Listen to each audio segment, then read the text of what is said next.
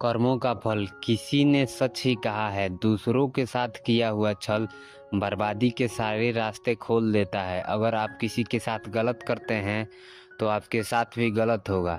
गौतम बुद्ध ने कहा, मैं तुम्हें एक कहानी सुनाता हूँ, तुम इसे ध्यान से सुनो। महात्मा बुद्ध अब अपनी कहानी की शुरुआत की। बहुत समय पहले की बात है। रामू और श्यामू नाम के दो भाई एक गांव में रहते थे। श्यामू अक्सर रामू को देखकर जलता था, क्योंकि रामू का स्वभाव बहुत अच्छा था। उसके दिल में सबके लिए दया और आदर था। श्यामू का स्वभाव ऐसा था कि उसके दिल में दूसरों के लिए कोई दया नहीं था। वह हमेशा दूसरों का अनादर कर और नुकसान पहुंचाता था।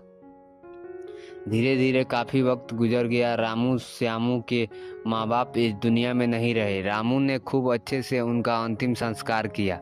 वह गांव वालों को भोजन के लिए आमंत्रित किया और ब्राह्मणों को दान देकर विदा किया। वही हर साल अपने माता पिता की बरसी और ब्राह्मणों को भोजन कराता और दान देता।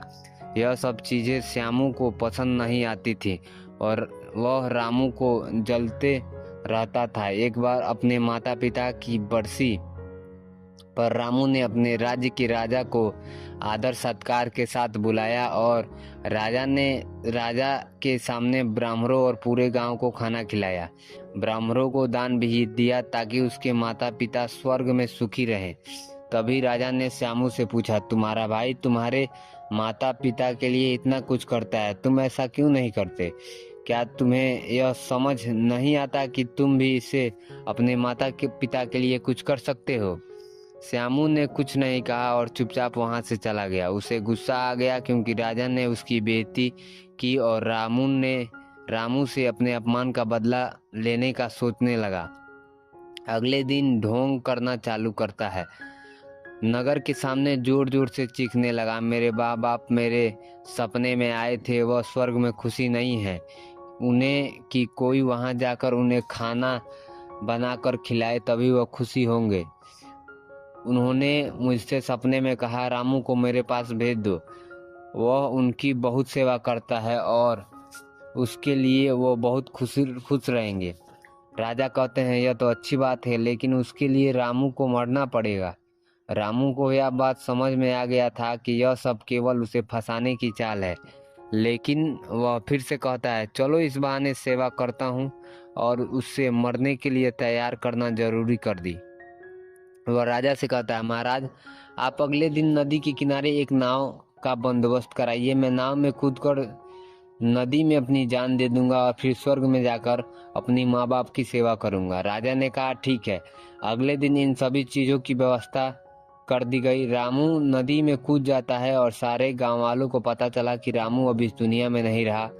अब वो स्वर्ग की ओर चला गया है माता पिता की सेवा करने के लिए। रामू बहुत खुश था कि उसका इकलौता भाई दुनिया में नहीं रहा। जो भी जमीन है वह मेरा है और मैं उसका मालिक बनूंगा।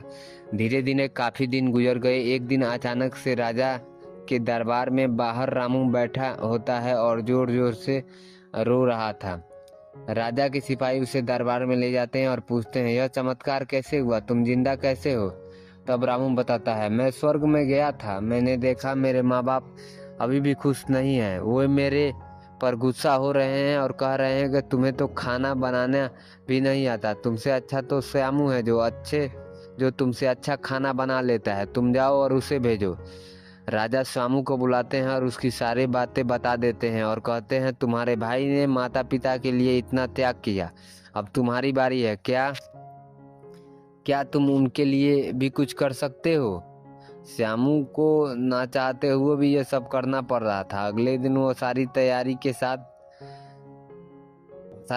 की गई। श्यामू घर आकर सोचता है, मैं वहां जाऊंगा ही नहीं, अगले दिन शहर छोड़कर कहीं चला जाऊंगा। फिर रामू ने राजा को सारा सच बताया। वास्तव में वह जिंदा कैसे बचा?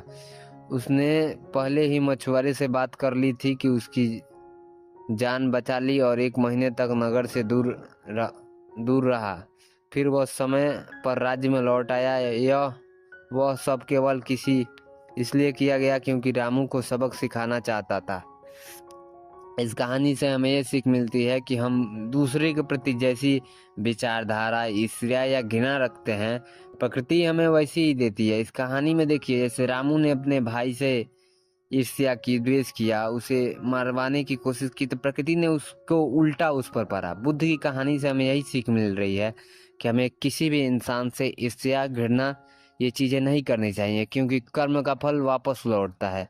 हमें उम्मीद होगी कि आपको ये कहानी पसंद आई है। चलिए मिलते हैं।